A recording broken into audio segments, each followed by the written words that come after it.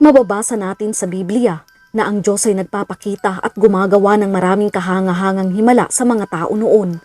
Ang Diyos ay nagpakita at nagpatunay sa kanyang sarili sa panahon ng Biblia, ngunit tila nakatago at tahimik siya sa kasalukuyan. Ano kaya ang dahilan? Sa panahon ng Biblia, nakatala doon ang napakaraming kamanghamanghang pangyayari at hindi matatanggiang himala na ginawa ng Diyos. Ang ilan sa mga dahilan kung bakit nangungusap at naghihimala ang Diyos sa panahon ng Biblia ay upang patunayan sa mga Israelita na siya lamang ang tunay at nag-iisang Diyos. Isa pa ay upang ipahayag ang kanyang katangian, ang kanyang mga utos at ang kanyang mga plano. Gumagamit din siya ng mga tao noon tulad ni Moises at ng iba pang mga propeta sa Biblia upang ipakita ang kanyang mga himala. Halimbawa, nakipag-usap siya kay Noe upang iligtas ito at ang kanyang pamilya.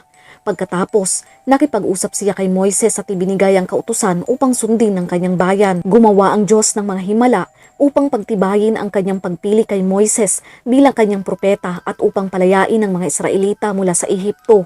Gumawa muli ang Diyos ng mga himala sa panahon ni Josue upang itatag ang bansang Israel sa lupang pangako. At muli, gumawa siya ng mga himala sa panahon ni Elias at Eliseo upang pagtibayin ang kanilang pagiging propeta at pigilan ang pagsamba ng mga Israelita sa mga Diyos-Diyosan. Ngunit sa kabila nito, may mga ilang Israelita pa rin ang sumasamba sa ibang mga Diyos-Diyosan. Nakasaad din sa Bagong Tipan kung saan ang himala ng Panginoong Hesukristo ay nasaksihan ng napakaraming mga tao. Gumawa siya ng mga himala upang patunayan na siya ang tunay na anak ng Diyos at upang hikayatin ng mga tao na sumampalataya sa Kanya. Pagkatapos ng kanyang mahimalang pagkabuhay, binigyan niya ng kakayahan ng mga apostol na gumawa ng mga himala upang patunayan na tunay na isinugo niya ang mga ito. Muli upang sumampalataya ang mga tao kay Jesus at tanggapin ang bagong tipan na isinulat ng mga apostol.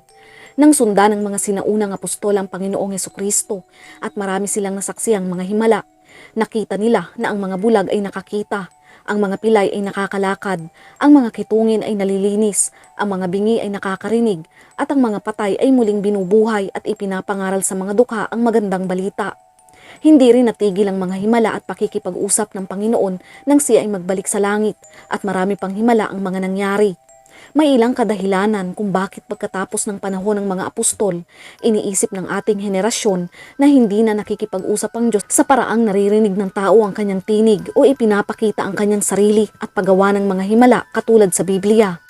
Maaaring marami ang nag-iisip, bakit nagtatago ang Diyos? Bakit hindi niya ipinapakita ang kanyang sarili? Ang ating Diyos ay hindi nagbabago sapagkat siya ay patuloy na naghihimala at nakikipag-usap pa rin magpahanggang ngayon. Sapat na ang nangyari sa panahon ng Biblia upang ihayag at ipakita ng Diyos ang kanyang mga himala. Ito ay nakatala bilang isang paraan ng pakikipag-usap ng Diyos sa atin ngayon.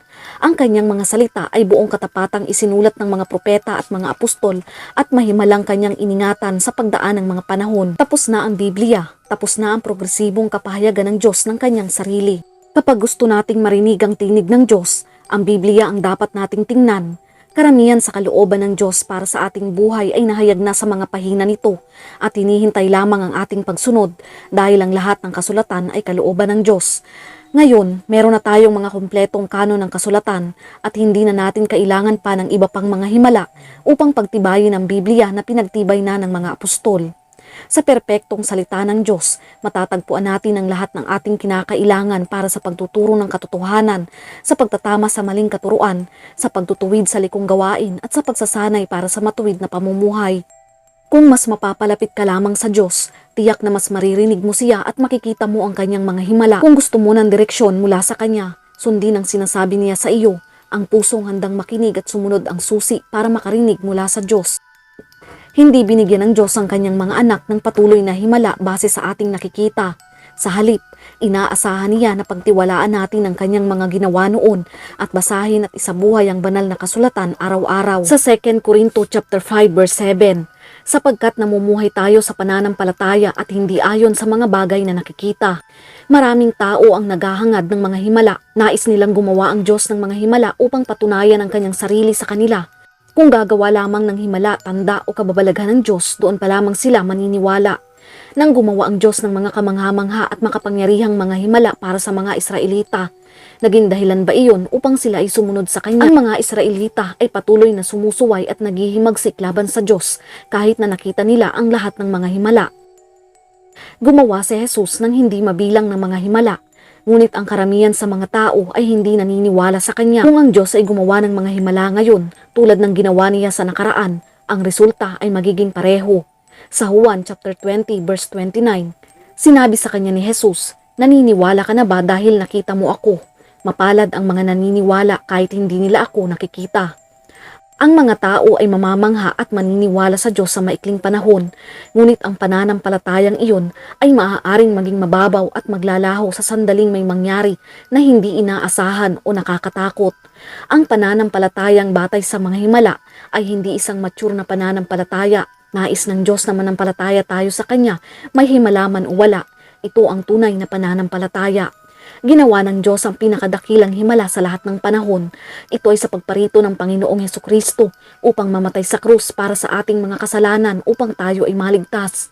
Pagkatapos noon, gumawa pa rin ng Diyos ng mga himala, ngunit marami sa kanila ang tumanggi. Gayunpaman, hindi natin kailangan ng higit pang mga himala. Ang kailangan natin ay maniwala sa himala ng kaligtasan sa pamamagitan ng pananampalataya kay Hesukristo. Mga kapatid, sa totoo lamang, ang Diyos ay naghihimala pa rin sa panahon natin ngayon.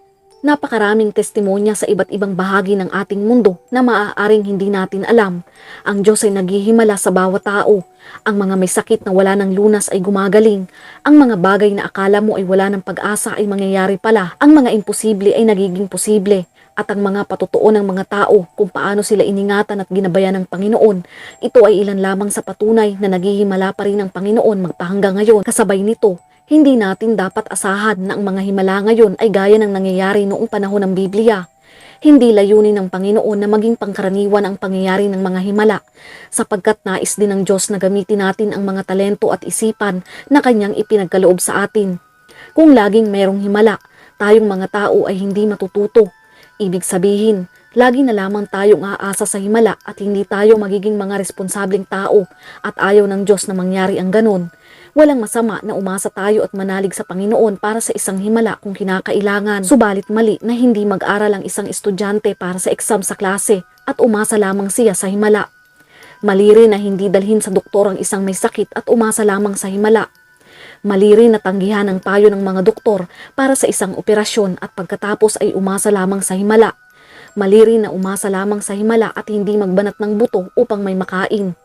Ang himala ay hindi karaniwan na nagaganap sa panahon natin ngayon dahil ang totoong mga himala ay lubhang banal para paglaruan lamang ng mga tao na tulad ng ating mga nakikita sa telebisyon. Kung nanaisin ng Diyos na makagawa siya ng himala sa ating harapan, subalit handa ba tayo na tumugon sa Kanya sa banal na paraan kung siya ay magpapakita ng isang banal na himala? Bagamat hindi na nangyayari ang mga himala na katulad sa Biblia, mababasa natin sa Revelation na may mangyayari pang mga himala pagdating ng tribulation. Ang Antikristo ay magpapakita ng mga himala tulad ng sa Biblia, kung saan maraming tao ang malilinlang at mapapaniwala.